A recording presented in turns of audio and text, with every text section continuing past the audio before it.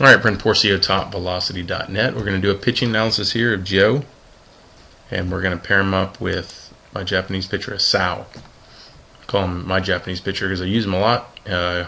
He's a great example for the younger, even smaller pitcher. He's, 5'9",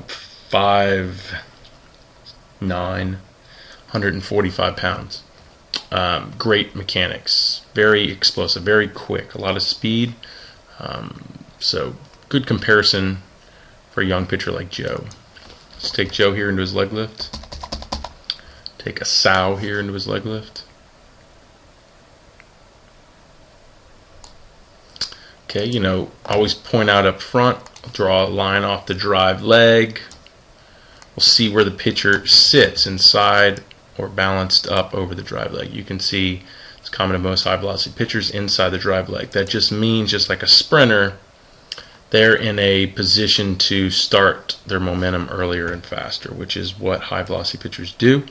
Not all high velocity pitchers, though, start early and fast, but ultimately the name of the game is who can get to front foot strike the quickest with the most power, specifically that power coming just before front foot strike, and then their ability to convert it. Let's take Joe into his load. The lift leg descends. We see a little bit of a forward movement, mostly the lift leg moving, which isn't good because when the lift leg knee breaks the front hip, that's the point we should be loaded and ready to go. You can see here when Asao's lift leg knee breaks the front hip, big difference between the two, and this is very common of low velocity pitchers and high velocity pitchers. ASMI's case study, or their comparison of high velocity and low velocity pitchers, right up front found there was a difference between the two early in the delivery, and they were more the same at the end. And here's that difference, because we can see that lift leg knee breaking the front hip, lift leg knee breaking the front hip, and look at the force vectors. That's linear, that's vertical. Lower center of gravity, higher center of gravity. So Asao is in a position to build speed, create a lot of ground reaction forces, accelerate his speeds into front foot strike, which has been proven as a characteristic of a high velocity pitcher. So Joe ultimately is going to continue to have to reach out with the front leg, which we see him do here, to get the force vector down, which he gets the force vector down. And he does keep his front side closed until just before front foot strike. But notice how his throwing arm is way high in the air. Let's take Asao to that same position. So, notice when his left leg knee breaks his front hip, he has flexion, he's linear, he's ready to drive. He builds that power through triple extension. And we see that knee, ankle kicking through right here, the ankle kicking through, and now the hip flexor kicking through as the hips rotate. And this is, let's take him just before front foot strike. So see how he's closed, just like Joe here. But notice the arm. Joe's arm is a lot higher, closer to the cocked position, because he's moving slower. Pitchers that have a later cocked position, or they cock the arm later in the delivery, is because they have more speeds through the lower half, and they ultimately are implementing triple extension going into front foot strike, which we can see here. So Asao kicks into full extension, into front foot strike, which we can see those hips opening early. As he stabilizes, they completely open, shoulders stay closed. So we can see he's cocking as his front foot is hitting, and his shoulders and his hips are open.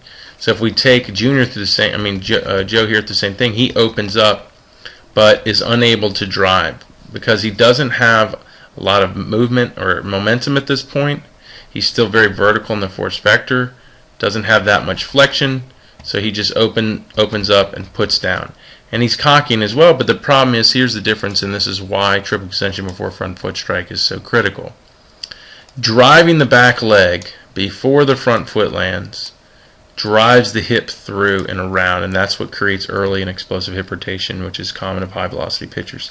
Landing at front foot strike without driving the hip through, we have a drag now. We have weight being pulled down to the rubber where the foot is, so we have weight on the back hip as well. So we don't have a driving back hip, we have a dragging back hip. So hip rotation comes late. So now we have to wait for hip rotation to come through. Hip rotation comes through here, For Joe, he's also going into shoulder rotation, which is common of low velocity pitchers. High velocity pitchers, they go into hip rotation, then they go into shoulder rotation. And because of that, as long as they stay stable in the front leg, they get good forward trunk tilt with optimal external rotation, which is another common component of high velocity pitchers. So we can see here, bent front leg, vertical torso, optimal external rotation, but look at the difference. Extended front leg, forward torso, optimal external rotation. If we took Joe into that position, extended the front leg, forward torso, his external rotation would be someone way up here, definitely not in that 180 high velocity category. And then from there, the arm's like a catapult. It's just going to explode into early internal rotation. Here for Joe, it's going to get into late internal rotation. And he continues to even a little bit of movement in the front knee, but not as much. So you can see, just like ASMI's case study, or their comparison of high velocity, low velocity pitchers, high velocity, low velocity pitchers more different in the beginning, more the same at the end. We saw similarities in the end, but if we focus on the details, we can see they're different, but in the beginning, very different positions when they both, their left leg knees broke their front hip, very different movements going into front foot strike, ultimately very much different hip to shoulder separation, which MPA in their 2005-2006 velocity study proved that 80% of velocity comes from this component. So, Joe, you'd be a perfect candidate. You're a young pitcher. You need to take advantage of your age to ultimately push and train your body, because you have the hormones, the testosterone, growth hormone moving through your body that supports growth. So you want to push and train and force and promote more growth in your body, because you'll make significant jumps athletically. And as long as we're moving through the 3x pitch velocity system with this throwing program, we're going to see that convert into these high velocity mechanics and ultimately pitching velocity at the end. So hope this video helps. If you have any questions, please let me know, and love to work with you.